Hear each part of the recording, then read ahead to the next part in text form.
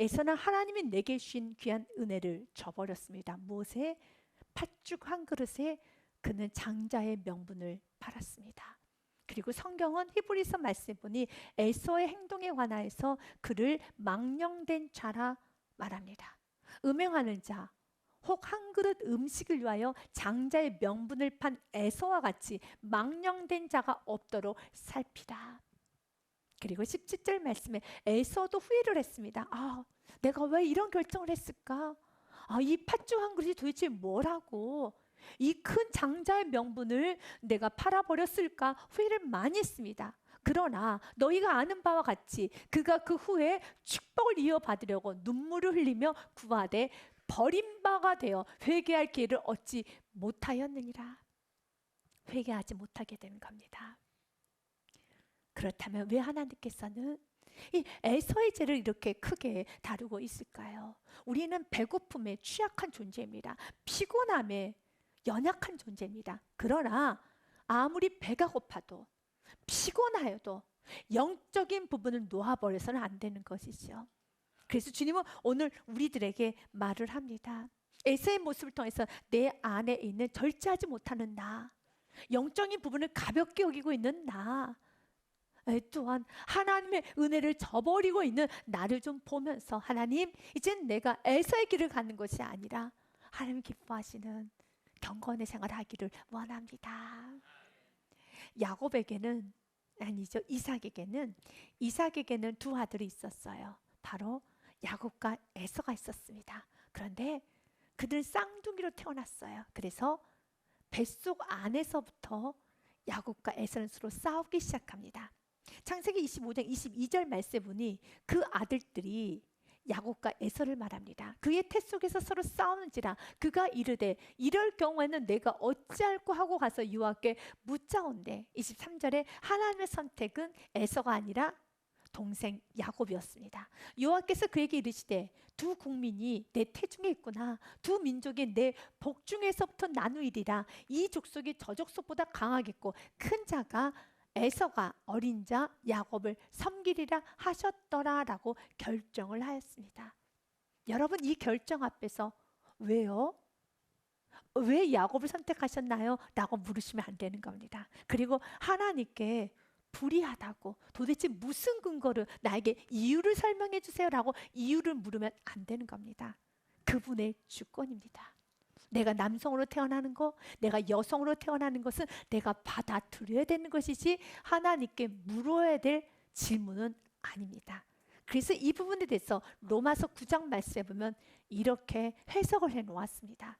그 자식들이 야곱과 에서를 말합니다. 야곱과 에서가 아직 나지도 아니하고 무슨 선이나 악을 행하지도 아니한 때 택하심을 따라 되는 하나님의 뜻이 행위로 말미암지 않고 오직 부르시는 이 하나님으로 말미암아 서게 하려 하사. 아멘. 그렇습니다. 그들은 뱃속에서부터 이미 결정된 것이죠. 그래서 은혜인 겁니다. 우리가 구원받는 건 은혜라는 것입니다. 여러분이 하나님을 알 수 있는 것도 은혜라는 것입니다. 12절 말씀에도요, 리브가에게 이르시되 큰 자가 어린 자를 섬기리라 하셨나니 기록된 바 내가 야곱은 사랑하고 에서는 미워하였다 하신 것 같으니라. 그런즉 우리가 무슨 말을 하리요? 하나님께 불의가 있느냐? 하나님 어떻게 그렇게 하실 수 있어요? 라고 물을 수 있겠느냐? 그럴 수 없느니라. 왜냐하면 15절 말씀에 모세에게 이르시되 내가 하나님의 주권입니다. 하나님께서 긍휼히 여길 자를 긍휼히 여기시는 것뿐이고 불쌍히 여길 자를 불쌍히 여기시는 것뿐입니다. 그래서 우리가 구해야 되는 거, 하나님 나를 긍휼히 여겨주옵소서, 하나님 나를 불쌍히 여겨주옵소서. 이것이 바로 우리가 해야 되는 것입니다. 하나님께 은혜를 구하셔야 됩니다. 하나님께 긍휼을 구하셔야 되는 것입니다. 하나님께 불쌍히 여겨달라고 구하셔야 됩니다. 그래서 16절 말씀 같이 읽어보겠습니다. 그런즉 원하는 자로 말미암도 아니요 다른 박질하는 자로 말미암도 아니요 오직 긍휼히 여기시는 하나님으로 말미암으이니라. 그래서 하나님께 은혜를 구해야 됩니다. 여러분이 구원을 받았고 하나님이 하나님 되심을 알고 세상의 사람들 하나님께 예배하지도 기도하지도 하나님께 찬양하지도 않습니다. 모르기 때문에. 그러나 여러분이 안다라면 하나님께 마땅히 예배를 드려야 되고 마땅히 찬양을 해야 되고 마땅히 기도해야 되고 하나님을 하나님처럼 섬겨야 됨을 여러분이 안다면 이것은 은혜인 것입니다. 그러면 그 은혜를 소중히 여겨야 되는데 에서는 그 은혜를 저버렸어요. 에서는 아브라함의 후손입니다. 또한 이삭의 후손입니다. 영적인 가정, 하나님께서 택하신 가정, 하나님께서 부르셨던 그 영적인 가정에서 태어났습니다. 그렇다면 내가 어릴 때부터 이 호사를 누렸다면, 이 놀라운 특권을 얻었다면, 내 안에 하나님을 알 수 있는 믿음과 하나님을 알 수 있는 환경과 하나님을 알게 되었더라면 이제는 그 은혜를 가볍게 여기면 안 되겠지요. 우리도 동일합니다.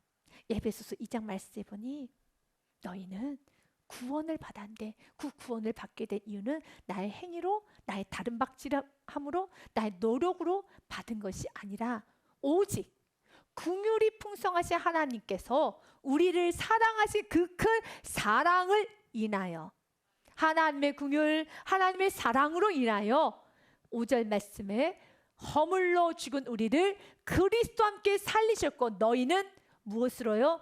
은혜로 구원을 받은 것이다. 은혜로 구원을 받았기 때문에 그 은혜를 저버리고 살면 안 돼요. 은혜를 소중히 여기셔야죠. 그러나 에서의 문제가 무엇입니까? 은혜를 가볍게 여겼어요. 사랑하는 여러분, 지금 여러분의 마음은 어떻습니까? 우리는 육신을 가지고 있기 때문에 피곤하면 예민해지고 배가 고프면 또한 예민해지며 내 삶이 힘들면은 짜증스러워지고 분노도 납니다. 하지만 내 육신의 욕구가 동할 때, 그런다 할지라도 하나님이 내게 주신 귀한 은혜를 저버려서는 안 되겠죠. 이기셔야 되는 겁니다. 여러분, 승리하셔야 되는 것입니다. 주님은 우리가 무너지는 것이 아니라 이제는 이기기 원합니다. 죄를 다스리기 원합니다. 그 일을 위해서 여러분에게 세 가지를 말씀드리고자 합니다. 그 첫 번째는 아이덴티티, 정체성입니다.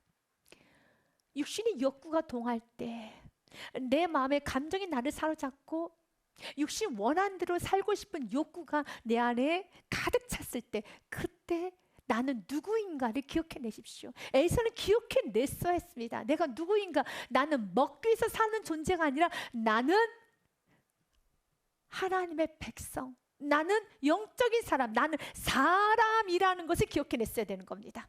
우리는 먹기 위해서 사는 존재가 아니죠. 그러나 에서는 잊어버렸어요. 우리도 동일합니다. 내 육신의 욕구가 동할 때, 세상 사람들과 동일하게 살고 싶고 내 감정이 끌리는 대로, 내 육신이 원하는 대로 내가 주장하고 싶고 내가 말하고 싶고 내가 생각하고 싶은 대로 계속 그 생각과 말과 행동을 그대로 여러분 방치하는 것이 아니라 내가 누구인가를 기억해내십시오. 여러분 누구입니까? 하나님의 자녀이죠. 은혜 받은 자이죠. 사랑을 베풀고 살아야 되는 자녀이죠. 순종하며 살아야 되는 자녀이죠. 또한 말씀 나의 삶 가운데 그대로 이루어드려야 되는 자녀이죠. 그것을 기억해내십시오. 그래서 오늘도 여러분에게 말합니다. 너희들이 사는 목적이 무엇인 줄 아느냐? 세상은 알지 못하죠. 그러나 우리는 알고 있습니다. 이것을 우리는 소중히 여겨야 되는 영적인 축복이기도 합니다. 이사야서 43장 말씀에 보니 이 백성은 내가 나를 위하여 지었나니 나를 찬송하게 하려 함이니라. 이것이 바로 우리가 존재한 목적입니다. 또한 로마서 14장 8절 말씀에도 우리가 살아도 주를 위하여 살고 죽어도 주를 위하여 죽나니 그러므로 내가 사나 죽으나 우리가 주의 것이로다. 여러분이 이 말씀을 익히 알고 이 말씀에 아멘하고 이 말씀에 은혜 받고 또 이렇게 살지 못하는 여러분 자신에 대해서 애통하고 있다면 여러분은 영적인 축복을 받은 사람입니다. 그 영적인 복을 가볍게 여기지 마시고 소중히 여기십시오. 맞아, 나는 살아도 주를 위해서 사는 존재이지 죽어도 주를 위해서 죽는 존재지 나의 욕구, 나의 육신의 편함, 내 감정의 편안대로 사는 존재는 아니지.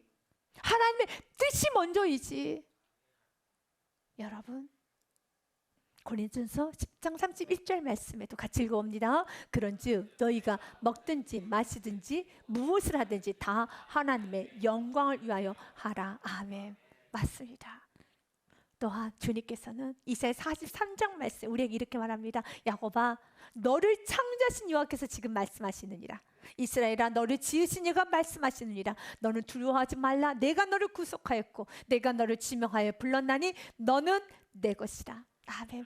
천지를 만드신 하나님, 나를 구원하신 하나님, 나의 공급자 그분께서 이렇게 말씀합니다. 너는 내 것이라고. 그렇다면 이 은혜를 받았다면 이제는 우리의 삶 가운데 이런 은혜 받고 있는 나, 이런 사랑받은 나, 이런 영적인 축복을 받은 나라는 걸 기억하고 육신의 욕구가 동할 때 뜻을 정하고, 여러분이 육신의 욕구가 동할 때 언제나 말씀 앞에서 굳건하여서 죄를 이기십시오. 여러분의 육신을 이기시길 바라겠습니다. 다니엘이 그렇게 살았습니다. 다니엘은 어린 시절에 바벨론의 포로로 끌려갔습니다. 그러나 뜻을 정하였습니다.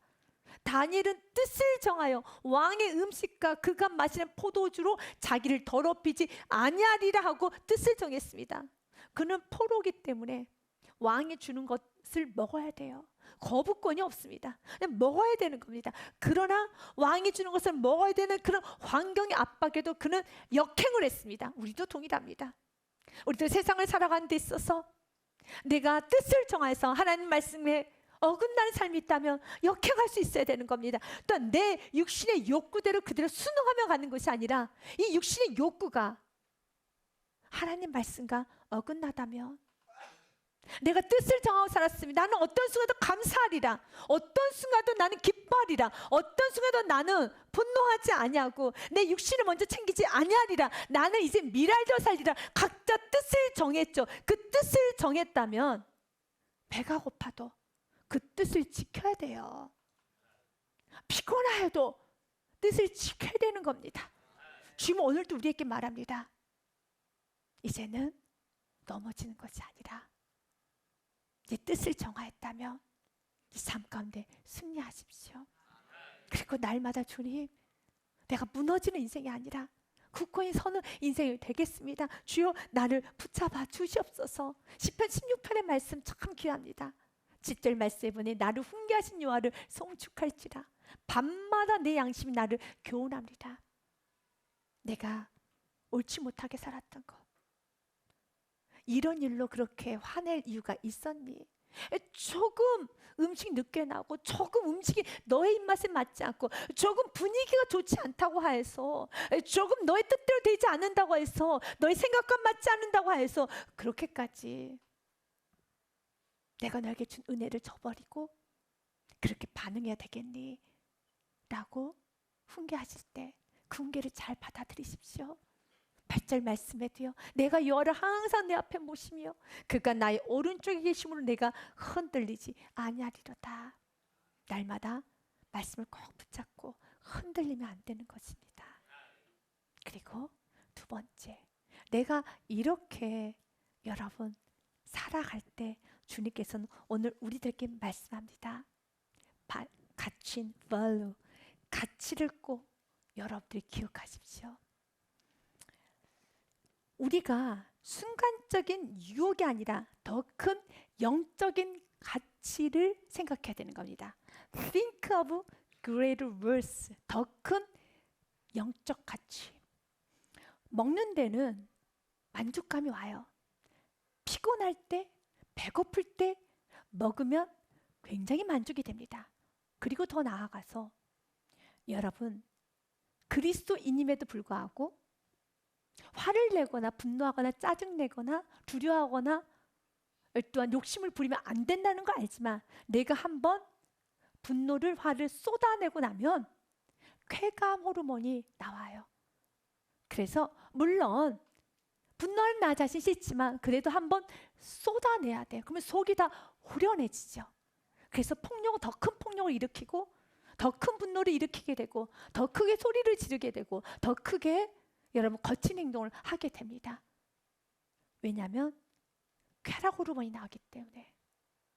그런데 그 순간에 내가 이 쾌락 호르몬에 내가 취해 살 것인가 아니면 더 큰 가치, 어떤 가치요?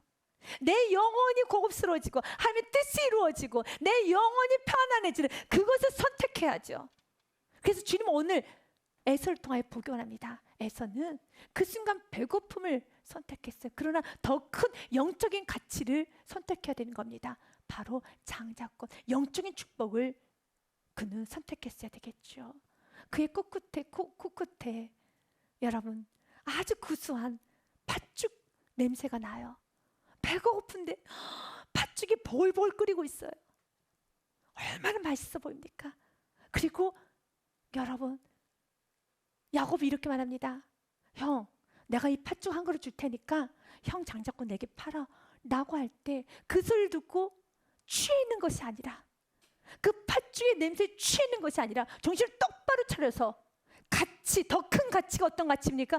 팥죽과 장자권과 비교해 보십시오. 비교가 절대 안 되죠. 내가 순간 짜증내고 순간 분노하고 순간 내가 나의 모든 욕심을 취했을 때 그 가정에 흐르게 될 모든 저주와 가정의 아픔과 그리고 또한 자녀들이 받고 가족들이 받을 상처와 이웃들이 받을 상처와 그 모든 걸 생각하게 되면 멈출 수 있어요. 더 큰 가치를 여러분은 생각하셔야 되는 겁니다. 오히려 그때는 꾸짖어야 되죠. 동생 야곱에게 지금 너가 이 팥죽 한 그릇으로 나의 장자권을 사가려고 하고 장자권을 팥죽 한 그릇을 사려고 하는 그런 요망한 생각을 하고 있느냐라고 꾸짖어야 되는 것이죠. 꾸짖어야죠. 동일하게 우리에게도 꾸짖어야 되는 겁니다. 내가 이 큰 은혜를 받았음에도 불구하고 이 팥죽 한 그릇에 이 먹는 것 때문에 이 말 한마디에 어떤 이것 때문에 내가 그 모든 은혜를 다 뒤집는 거, 이건 아니지라고 내 자신이 꾸짖어야 되는 겁니다. 주님은 오늘 우리들에게 말합니다. 이 탐식의 문제를 이제는 가볍게 보지 말라는 것입니다. 육신의 욕구를 가볍게, 나는 오늘 피곤하니까, 나는 오늘 힘드니까, 배고프니까 이 정도 화는, 이 정도 짜증, 이 정도 게으름은 괜찮아라고 스스로 영적인 생활을 얕보는 것이 아니라 절제하십시오. 성령의 열매 중에 절제 열매가 있지요. 갈라디아서 5장 22절의 말씀을 보니 오직 성령의 열매는 사랑과 희락과 화평과 오래 참음 자비 양성 충성 온유 절제니 이 같은 것을 금지할 법이 없다라고 말하면서 이 모든 걸 이루기 위해서는 24절 같이 읽습니다. 그리스도 예수의 사람들은 육체와 함께 그 정욕과 탐심을 십자가에 못 박았느니라. 아멘. 여러분 예수의 사람 맞습니까? 그러면 육신은 못 박아야 되는 것입니다. 그 육신의 끝은 사망입니다. 후회입니다. 좋지 않습니다. 로마서 8장의 말씀에도 일이 되어 있습니다. 그러므로 형제들아 우리가 빚진 자로 돼 육신에게 져서 육신대로 살 것이 아니니라. 아멘. 우리는 사랑의 빚을 졌습니다. 은혜의 빚을 졌습니다. 구원의 빚을 졌습니다. 그렇기 때문에 이제는 육신이 끌린 대로 사는 것이 아니니라. 너희가 육신대로 살면 반드시 죽을 것이로되 영으로서 몸의 행실을 죽이면 살리니. 같이 읽습니다. 무릇 하나님의 영으로 인도함을 받는 사람은 곧 하나님의 아들이라. 아멘. 육신이 동할 때, 여러분 마음 안에 감정이 동할 때 주장하고 싶고 나의 생각이 혼란해지고 끊임없이 하염없이 여러분 죄로 인한 상처, 실패로 인한 상처, 내 안에 있는 정죄감으로 해서 한없이 선을 넘는 생각과 행동과 말과 감정이 요동치려고 할 때 그때 여러분 붙잡아서 생각의 흐름을 끊어내고 행동의 흐름을 끊어내고 말 행동을 끊어내어서 다시 한번 주 앞에 엎드려야 되는 겁니다. 죄를 이기셔야 되는 겁니다. 자신의 감정을 이기셔야 되는 겁니다. 다스려야 되는 것입니다. 사도 바울도 그리하였었죠. 사도 바울도 내 마음에는 하나님의 선하신 뜻대로 살고 싶은 욕구도 있지만 또 한 법으로는 하나님의 뜻대로 살지 않고자 하는 그 법도 있단다. 날마다 그 육신의 법과 성령 법이 싸운다라고 말했습니다. 싸워 이겨야 되는 것입니다. 그래서 주님 오늘도 우리에게 말합니다. 우리 안에 탐식은 있지 않는가 돌아보면서 가볍게 여기지 말고 삶 가운데 탐식을 제거하기를 원하십니다. 이젠 여러분에게 탐식에는 5가지 종류가 있어요.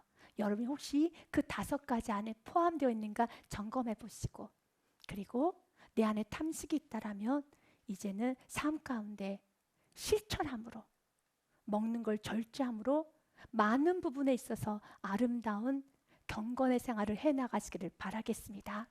급하게 먹는 속식이 있습니다. 음식이 없어지기라도 하는 것처럼 허겁지겁 재빨리 먹는 것, 즉 음식의 맛과 향을 음미할 사이도 없이 몇 번 씹지도 않고 삼키는 것. 이것이 탐식에 속합니다. 이렇게 음식을 빨리 먹으면 하나님께 감사할 시간이 없어요.